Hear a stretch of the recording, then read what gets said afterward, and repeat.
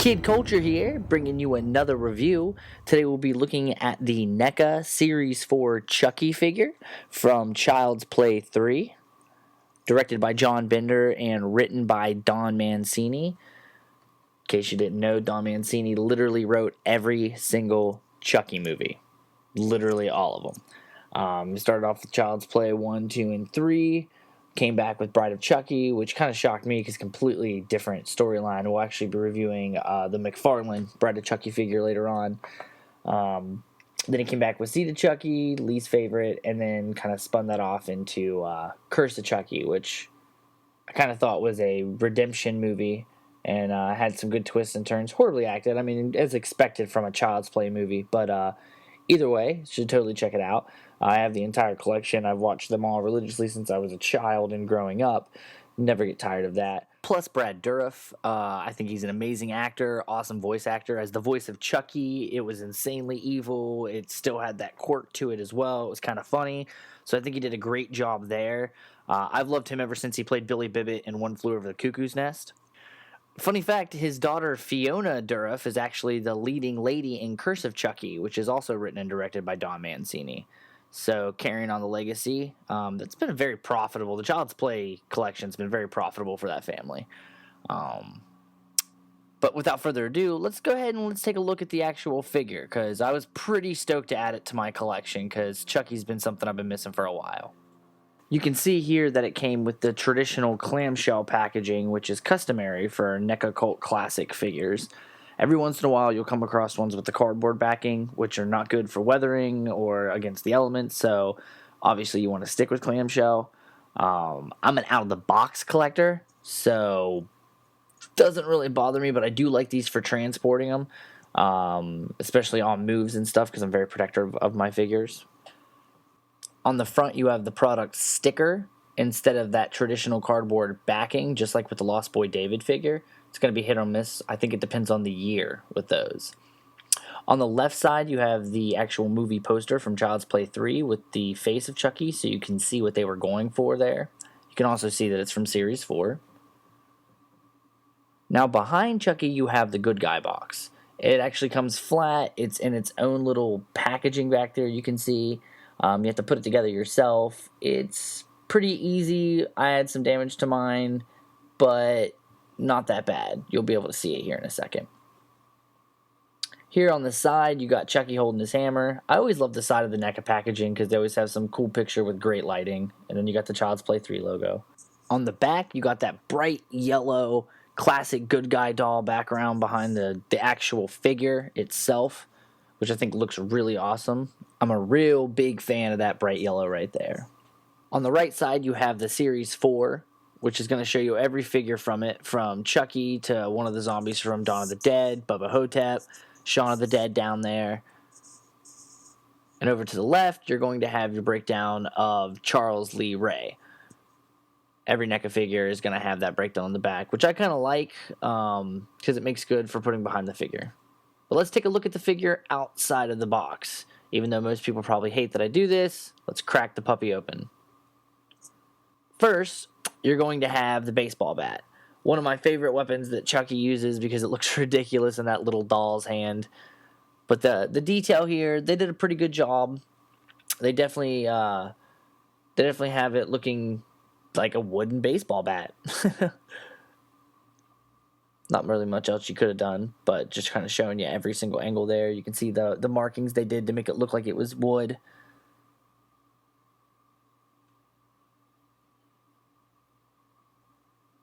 Next, you're going to have the hammer, which is one of Chucky's favorite weapons.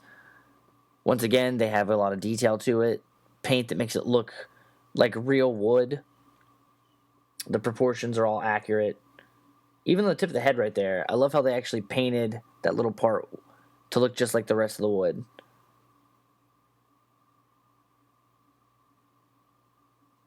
And next up we have the voodoo knife. Now the voodoo knife has those cool little symbols down there on the handle, the skull, the crossbones, and what looks to be like a leaf. I'm sure somebody will correct me, but whatever it is. I like how they have the sparkle to the silver blade. I mean, it doesn't look like real metal, but still, I thought that was really, really cool. And the voodoo knife, I don't really remember him using it that much, but looks cool. Next, you have the actual good guy box, which is my favorite accessory that he comes with. I thought it was awesome that Neca decided to include this. I think it's even more awesome that Neca decided to make it exactly like the box from the movies. You can see the artwork down here is just like the box from the films. On the bottom here, you got the collect all the good guys accessories, ages 4 and up. You know, that kind of attention to detail, play partner toys, like everything from the movie. On the side, you have here where it tells you that the batteries are included. And then it shows you some of the various weapons, pretty much, that Chucky will use to destroy you. Axes, tomahawks, his hammer, trusty. On the other side, you have some of the other things that he can be, such as a cowboy. I mean, he doesn't really use guns. Chucky likes to stab people. I mean, he's more of a bludgeon stab type of guy. There he is with the army gun, which is perfect for Child's Play 3.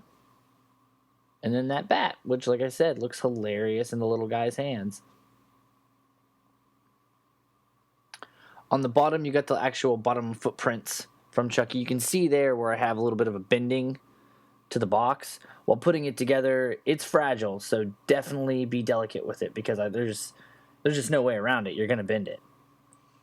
Up here, it's going to bow out a little bit. You can put a piece of tape on it if you want. I'm not going to even try. On the top, you got the bowing again, and right here where it says he wants you for a best friend, you can see where I actually bent the box there. I don't even know how that happened because I was actually trying to be really delicate with it. But either way, it's not a huge deal. No one's micro inspecting the box. You know, it just kind of stands behind him. And the attention to detail is awesome on it. So the artwork's all there. Not a huge reason to care. Now down here at the bottom you can see again. I might eventually put tape on it. I don't know. It doesn't bother me too bad right now. Maybe it's just because it's brand new and I just bent it. But like I said, it doesn't bend perfectly. Plus, this figure was made in 2006, so that box has been flattened in there for a while. Now, the one critique I do have about the box is they didn't put any cellophane in it. You can just kind of put your hands right in there. I've thought about actually just putting something in there myself, but then I couldn't do this. Check him out.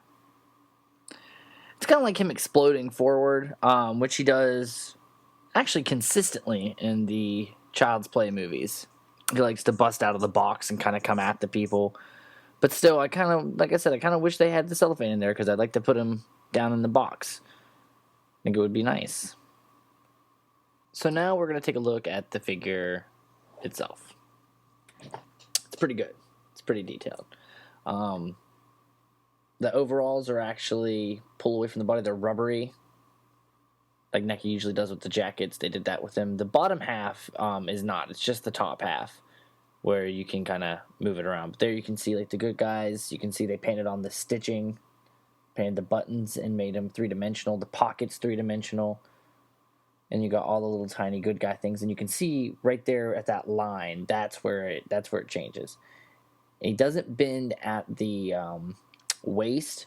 I mean, he might. I haven't tried to push it too far. Mine doesn't really. It could just be the paint. It looks like, with those lines down there at the legs as well, it looks like those are made so that he can actually bend or they can twist. Mine doesn't. I'm not going to kind of push it. It looks like the paint kind of dried there, but once again, like I said, I'm not going to push it and risk snapping the figure at all. I don't need him to move. I just need him to stand there. At the bottom, you can see the Universal Studios symbol and the trademarking. On the other side, Neca and the year he was made in 2006. And then you got the bright colors around the cuff of the ankle, which I always thought was really, really cool. I like the color scheme of Chucky. His colors are pretty sweet, if I do say so myself. At the bottom, you got the awesome good guy doll, shoe bottom. I think they actually had white paint in between them in the movie, but it doesn't really matter too much. Because look, if you just set him down like this, he stands perfectly fine. So no need for them to bend anyway. His arms bend up and down. The articulation goes all around pretty much. They're a little stiff. I've mentioned before I kind of like to keep my figures stiff so I can pose them. They bend at the elbows. He's a little loose. Bend at the wrist as well. That joint right there, though, I mean, you got to be careful with it because it really is a little bit loose. On the other side, you're going to get the same kind of articulation. That joint as well, kind of loose. You can see right there. So, I don't like to play with him too much. Older figures, they're gonna be a little bit looser. They're gonna be really stiff. Once you get to start moving them around, that's when they start to loosen up really. His hands, not a lot of attention to detail. They don't need to be. He's a doll, so there wasn't a lot of attention to detail anyway. But as you can see, they twist, they spin. You can see right there where he can fit a weapon into his hand, as he often does. Get the little fingernails, differential in color. And like I said, not a lot of attention to detail, but not really needed at all anyway, so it doesn't really matter. On the back of his overalls, like I've said before, they're kind of rubbery, so they kind of move around. They're really easy to part. You can push them up like that. On the neckline, you see a seam that goes on the back. On the doll, that would be the Velcro. You'd pull it out, and that's where the batteries could be exchanged out. What I like to do is put his hammer here. There we go. And his little voodoo knife right in the back. And it's kind of like a little storage. And then when he's standing there, he's got those on his back, and I usually put the bat in his hand. But it looks awesome. Now for the head sculpt. Look at that wicked little face. He looks just like the movie poster.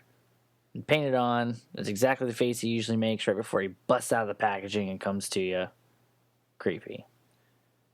Now his hairline, if you'll look closer, is punched in just like a doll. But right here around the ear, and I got a smudge on mine, you can see, I'll call it a freckle. But the hairline across the bottom, they didn't go all the way down, as you can see here. It goes across the bottom of the head. Not a big deal. You can fluff his hair around so it doesn't really, you can't tell. But he's got kind of like this weird bowl cut like going on. He's kind of like bald underneath there. But like I said, you can just fluff it back down and kind of get that look. I think it's hilarious. When my girlfriend says it looks like a bob. But his eye line, you can tell this man's serious. Even for a child's doll, like, he's pretty intimidating. Evil as shit. Clear down to the little teeth in the mouth. Now his head moves up. You can see the paint is a little smudged on mine. It doesn't matter. You're going to be moving his head around into a position. It's going to cover it up anyway. But it twists, goes down, and you can even do the little exorcist thing. It spins all the way around. There you go. And you pretty much get any look you want out of it. And there you have it. The NECA 2006 Series 4 Chucky Child's Play 3 doll. There's talk of a Child's Play 7 or a Chucky 7.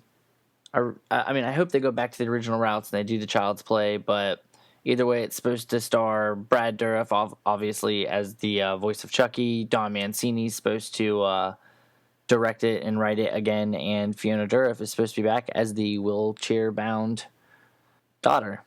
Be sure to check back when we kick off our Terminator NECA figure reviews and the build-up for Terminator Genesis this summer. All right, guys, have a good one.